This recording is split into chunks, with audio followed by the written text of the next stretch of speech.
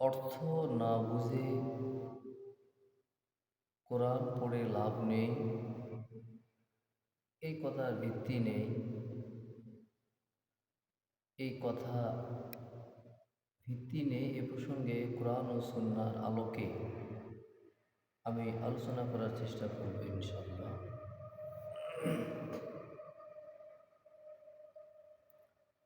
আরবিতে আমরা যারা কোরআন পড়তে জানি, এর মধ্যে অধিকাংশ মানুষ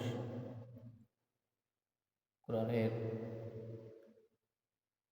আরবি অর্থ বুঝি না, আরবি পড়তে জানি কিন্তু অর্থ বুঝি না। তো অর্থ না বুঝে পড়া যাবে কি না এ বিষয় নিয়ে, বা পড়লে তার ফজিলত আছে কি না এ বিষয় নিয়ে কোরআন ও সুন্নাহকে আলোচনা করার চেষ্টা করব ইনশাল্লাহ। প্রথমেই এ বিষয়ে আল্লাহ রাব্বুল আলামিন পবিত্র কোরআনে সূরা আনকাবুতের ৪৫ নম্বর আয়াতে স্পষ্ট বর্ণনা করেছেন, বিসমিল্লাহির রহমানির রহিম, উতলু মা উহিয়া ইলাইকা মিনাল কিতাবি ওয়া আকিমিস সালাহ। যে হে নবী, আপনার উপর যে ওহীকৃত কিতাব অবতীর্ণ হয় সেটি আপনি নামাজের মাধ্যমে কি করুন, তিলাওয়াত করুন। যে নামাজে যখন আমরা কোরআন তিলাওয়াত করি, এখানে তো বাধ্যতামূলক নেই যে কোরআনের অর্থ যারা বোঝে তারাই নামাজ পড়াবে, যারা অর্থ বোঝে না তারা নামাজ পড়াবে না, এরকম কিছু নেই। এখানে শুধু কোরআন আবৃত্তি করার নির্দেশ দিয়েছেন। এ প্রসঙ্গে ফজিলতের দিক দিয়ে তিরমিজি শরীফের একটি হাদিস, 2910 নম্বর একটি হাদিস। এই হাদিস আল্লাহ রসুল সাল্লাল্লাহু আলাইহি সাল্লাম ইরশাদ করেছেন ফজিলত, যে তোমরা যদি কোরআনের একটি হরফ পড়ো তাহলে 10টি করে সওয়াব পাবে। তাহলে যদি আমরা আলিফ লাম মিম পড়ি, তো আলিফ একটি হরফ, লাম একটি হরফ, মিম একটি হরফ। আলিফে 10 সওয়াব, লামে 10 সওয়াব, মিমে 10 সওয়াব। তাহলে 3 10 30, 10 10 10, 3 10 30, 30টি সওয়াব আমরা পেয়ে যাব। তো এখানে অর্থ না বুঝলেও তো আমরা সওয়াব পাচ্ছি। তাহলে আরবিতে অর্থ না বুঝে পড়া লাভ নেই, এ কথার কোনো ভিত্তি নেই, এখানে পাওয়া যাবে। এরপরে আল্লাহ রাব্বুল আলামিন পবিত্র কোরআন অবতীর্ণ করেছেন সর্বপ্রথম শিক্ষার তাগিদ দিয়ে। সর্বপ্রথম নামাজ সর্বশ্রেষ্ঠ ইবাদত। ইন্নাস সালাতা তানহা আনিল ফাহশাই ওয়াল মুনকার ওয়া যিকরুল্লাহ আকবার। সে নামাজ সকল ধরনের অন্যায় ফাহিশা কাজ থেকে মানুষকে বিরত রাখে, এবং সর্বশ্রেষ্ঠ জিকির বা ইবাদত হচ্ছে সালাহ বা নামাজ। ওয়া যিকরুল্লাহ আকবার, সর্বশ্রেষ্ঠ জিকির বা ইবাদত হচ্ছে নামাজ। তো সর্বশ্রেষ্ঠ ইবাদত যেহেতু নামাজ, তাহলে সর্বপ্রথম আয়াত অবতীর্ণ হতে হতো আগে নামাজের, কিন্তু নামাজের আয়াত অবতীর্ণ হয়নি, জাকাতের আগে হয়নি, পর্দারও হয়নি, হজের জন্যও হয়নি, রোজার জন্যও হয়নি। সর্বপ্রথম যে আয়াত অবতীর্ণ হয়েছে সেটা শিক্ষার তাগিদ দিয়ে, ইকরা বিসমি রাব্বিকাল্লাযী খলাক, পড়ো তোমার প্রভুর নামে যিনি তোমাকে সৃষ্টি করেছেন। তাহলে এই প্রসঙ্গে একটি বিষয়, সেটা হচ্ছে যে আমি যদি কোনো স্কুলের ছাত্র হই, সেই স্কুলের নিয়মিত আমি যদি প্রেজেন্ট ক্লাসে যাই, নিয়মিত প্রেজেন্ট আমি যদি থাকি, একটি স্কুলের নিয়মিত স্টুডেন্ট, আমি প্রেজেন্ট আমার 100%, ছুটি বাদ দিয়ে স্কুল চলা অবস্থায় প্রতিদিনের জন্য আমার উপস্থিতি আছে। আচ্ছা, এরপর যদি পরীক্ষা হয়, তাহলে পরীক্ষাতে আমাকে লিখতে হবে কি না? অন্যান্যরা স্কুলে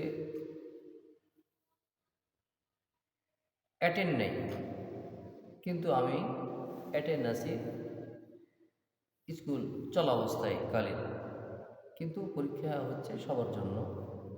তাহলে তারা অ্যাটেন্ড নেই, তারা পরীক্ষাতে লিখছে আমি অ্যাটেন্ড আছি কিন্তু আমি পরীক্ষাতে লিখতে পারছি না, তাহলে কি আমি পাশ করব? তাহলে তো কোনো সুযোগ নেই, পাশ করার কোনো সুযোগ নেই, কিছু আমাকে করতে হবে। তো এই জন্য আমি মুসলমান নাম, কিন্তু মুসলমান নাম থাকলে হবে না, তবে কাজে পরিণত হতে হবে। আরেকটি বিষয় সেটা হলো যে যে সমস্ত ভাইরা বলে যে আরবিতে অর্থ না বুঝে পড়ে লাভ নেই, অবশ্যই সেখানে আমরা আলোচনা করলাম যে অর্থ না বুঝে পড়লেও আমরা সওয়াবের দিক দিয়ে, ফজিলতের দিক দিয়ে আমরা সওয়াব পাবো। আর যে সমস্ত ভাইয়েরা বলে যে কোরআন অর্থ না বুঝে পড়ে লাভ নেই, কিন্তু হ্যাঁ, এখানে আমরা যদি অর্থ বুঝে যদি কোরআন পড়ি তাহলে এর সওয়াব হবে অনেক অনেক অনেক অনেক অনেক বেশি সওয়াব পেয়ে যাবে। এই জন্য ইবনে মাজাহ 219 নম্বর একটি হাদিস, হযরত আবু দারদা রাদিয়াল্লাহু আনহু একদিন আল্লাহ রাসূল সাল্লাল্লাহু আলাইহি ওয়াসাল্লাম বললেন, ও আবু দারদা রাদিয়াল্লাহু আনহু, যে তুমি 100 রাকাত নামাজ পড়ার চেয়ে এলেম অর্জন করা অতি উত্তম। সুবহানাল্লাহ, সুবহানাল্লাহ আযীম। সহিহ ইবনে মাজাহ 219 নম্বর হাদিস, হযরত আবু দারদা রাদিয়াল্লাহু আনহু থেকে বর্ণিত। সেই হাদিস আল্লাহ রাসূল সাল্লাল্লাহু আলাইহি ওয়াসাল্লাম বলেছেন যে, ও আবু দারদা রাদিয়াল্লাহু আনহু, যে 100 রাকাত নামাজ পড়ার চেয়েও অতি উত্তম হচ্ছে এলেম অর্জন করা। তো এই জন্য আমরা অনেকেই নামাজ বেশি বেশি পড়ি, স্বাভাবিক পড়তে হবে, পড়া নিয়ে ব্যস্ত, কিন্তু বেশি ব্যস্ত, বেশি গুরুত্ব দিতে হবে এলেম অর্জন করার, এলেম অর্জন করার বেশি গুরুত্ব দিতে হবে। তাহলে আমাদের ফজিলত আমি অনেক অনেক আমরা বেশি পাবো। এ প্রসঙ্গে সহিহ বুখারীর একটি হাদিস, হযরত আয়েশা রাদিয়াল্লাহু আনহা থেকে বর্ণিত। আন আয়েশা রাদিয়াল্লাহু আনহা قال قال رسول الله صلى الله عليه وسلم الماهر بالقرآن مع الصبرة الكرام البررة والذي يقرأ القرآن ويتتعتع فيه عليه شق الأجران। হযরত মা আয়েশা সিদ্দিকা রাদিয়াল্লাহু আনহা থেকে বর্ণিত, তিনি বলেন রাসূলুল্লাহ সাল্লাল্লাহু আলাইহি ওয়াসাল্লাম ইরশাদ করেছেন যে কোরআনের পারদর্শী ব্যক্তিরা ওই ফেরেশতাদের অন্তর্ভুক্ত। কোন ফেরেশতারা? ফেরেশতারা তো অনেক। যে ফেরেশতারা আল্লাহ রাব্বুল আলামিনের মহাপুণ্যবান লিখার কাজে লিপ্ত, ওই ফেরেশতাদের সাথে আখ্যায়িত করা হয়েছে কোরআনের পারদর্শী ব্যক্তিরা। সুবহানাল্লাহ, সুবহানাল্লাহ আযীম। তাহলে আমরা যদি কোরআনের অর্থ বুঝে পড়ার চেষ্টা করি, যেটা আমরা পড়লাম সেটা অর্থ বুঝে পড়ি, তাহলে আমরা বুঝতে পারবো। যেমন উদাহরণ হিসাবে আল্লাহ রাব্বুল আলামিন পবিত্র কোরআনের সূরা বাকারার মধ্যে বলেছেন যে হুদাল লিন-নাস ওয়া বাইনাত মিনাল হুদা ওয়াল ফুরকান, যে সত্যপথ যাত্রীর জন্য পথ নির্দেশ আর সত্য আর মিথ্যার মধ্যে পার্থক্য বিধানকারী পবিত্র কোরআন। তাহলে কোনটা হালাল আর কোনটা হারাম, কোনটা ন্যায় আর কোনটা অন্যায়, এটা যদি আমরা অর্থ বুঝি তাহলে আমরা বুঝতে পারবো, জানতে পারবো।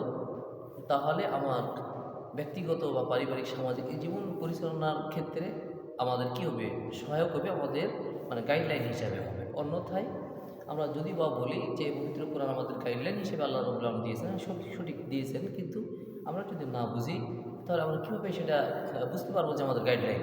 তাহলে কোনটা আমরা বুঝতে পারবো কোনটা হালাল আর কোনটা হারাম, কোনটা ন্যায় কোনটা অন্যায়, এটা আমরা বুঝতে পারবো না। বুঝতে পারবো যখন আমরা এই পবিত্র কোরআনে কী বলেছেন তেলাওয়াতের পাশাপাশি অর্থ বুঝবো, তখন এটা আমাদের গাইডলাইন হিসেবে মেনে নেওয়া এটা আমাদের জন্য সহজ হবে। আল্লাহ রাব্বুল আলামিন আমাদেরকে অবশ্যই কোরআন অর্থ বুঝে যেন কোরআন পড়ার তৌফিক দান করেন। আল্লাহুম্মা আমিন। সুবহানাকাল্লাহুম্মা ওয়া বিহামদিকা আশহাদু আল্লা ইলাহা ইল্লা আনতা আস্তাগফিরুকা ওয়া আতুবু ইলাইক।